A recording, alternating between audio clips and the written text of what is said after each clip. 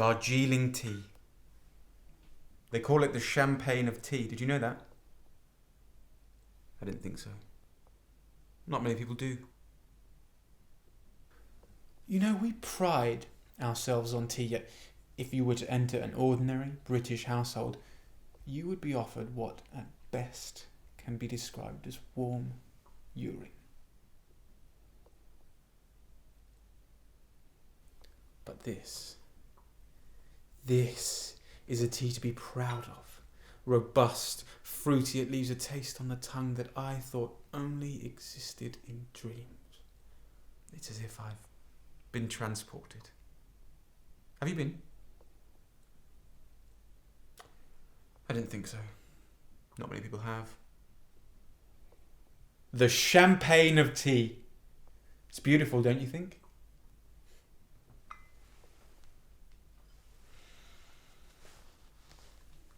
Do you mind? I gave up a few years back.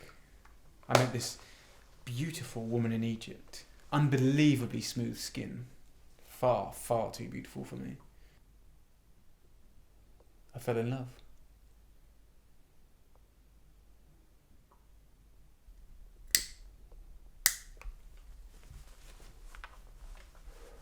Alas, she didn't feel the same way about me. She told me straight it was just sex. I was in shock. I spent every waking moment with her and she dropped me like a bag of rocks. Of course I know now she was just being honest. How many of us can say we do that?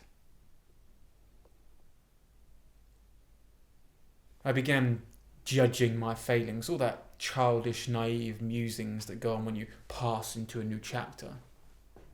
I started a detox, began a vegan diet, swore off alcohol and cigarettes. The vegan diet lasted 2 months, the alcohol 2 hours and the smoking 10 minutes. We're all going to die anyway. Might as well enjoy it while we can.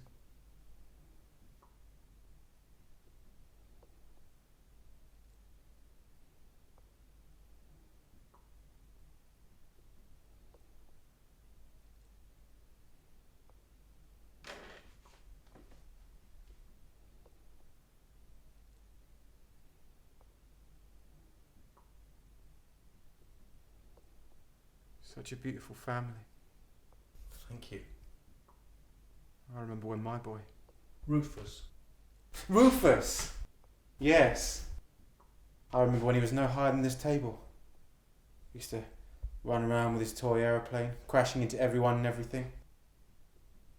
Such imagination. Such a clear mind. How old is he now? 13 in September. Your wife? Madeline. She's beautiful. Like a rose. Like a rose.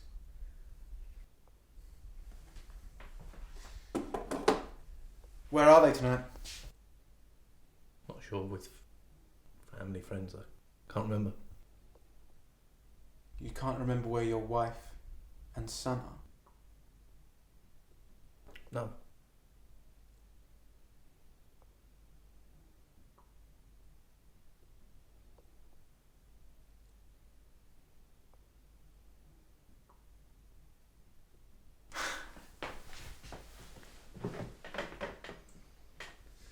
Do you read the papers? Some. I read an article last week. Medium, rare, or well done. It was about a father who murdered his wife and son. He was a chef, hence the pun. He killed them, cooked them, then served them up at his restaurant. Now, what struck me the most about the whole thing was how the father reacted. He wasn't distraught. He wasn't grief-stricken. He didn't shed one single tear. He said nothing and accepted everything. He knew the consequences. He knew what he'd done. found myself respecting him for that. Most people in this situation would have pleaded, I'm not guilty, but not him. He wasn't scared of death. There's a strength in that.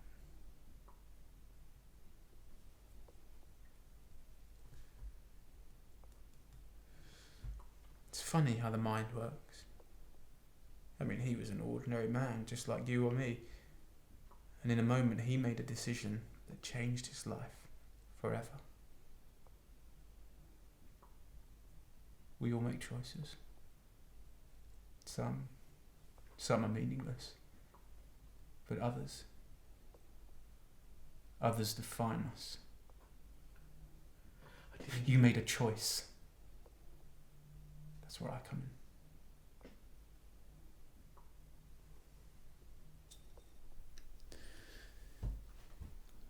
Do you know what my dad used to say? Your dad? I don't know. He was obsessed with clocks. He was? Well, time. He was obsessed with time. He had this enormous grandfather clock right in the centre of the house. In front of it was one single chair. He'd spend most evenings there. It drove my mum mad. I asked him once why he did it. What did he say? He told me that watching a clock was like watching your life disappear. Every second a second closer to that final moment.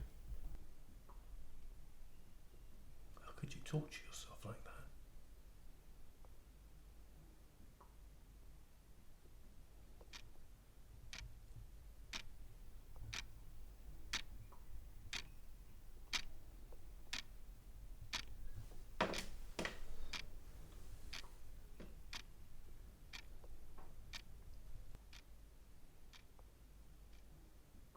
Why did we lose touch? Don't. This isn't the time. Why not? You know why. Why did we lose touch?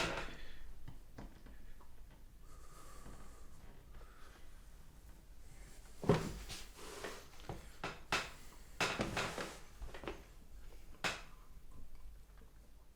wish I'd gone to Darjeeling. Haven't been many places. Dorset's the furthest. Not as romantic as India. Funny how life passes you by. Remember being 20 like it was yesterday. Living without a care in the world. Loving women like it was my last night on earth. Then one day you wake up, look in the mirror, and realise all your muscles have gone. Your hair's thinned. You can't see things the way you used to. You don't need to do this. Don't do that. You don't need to. I'll leave. It's my job. I don't want it. It's out of your control. Nobody would need to know. Stop. I didn't mean to do it. I said stop! You made a decision. You and nobody else.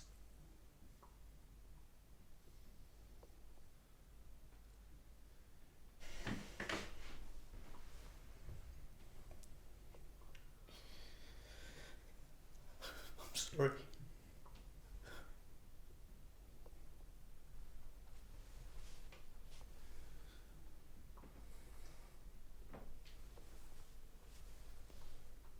It's time.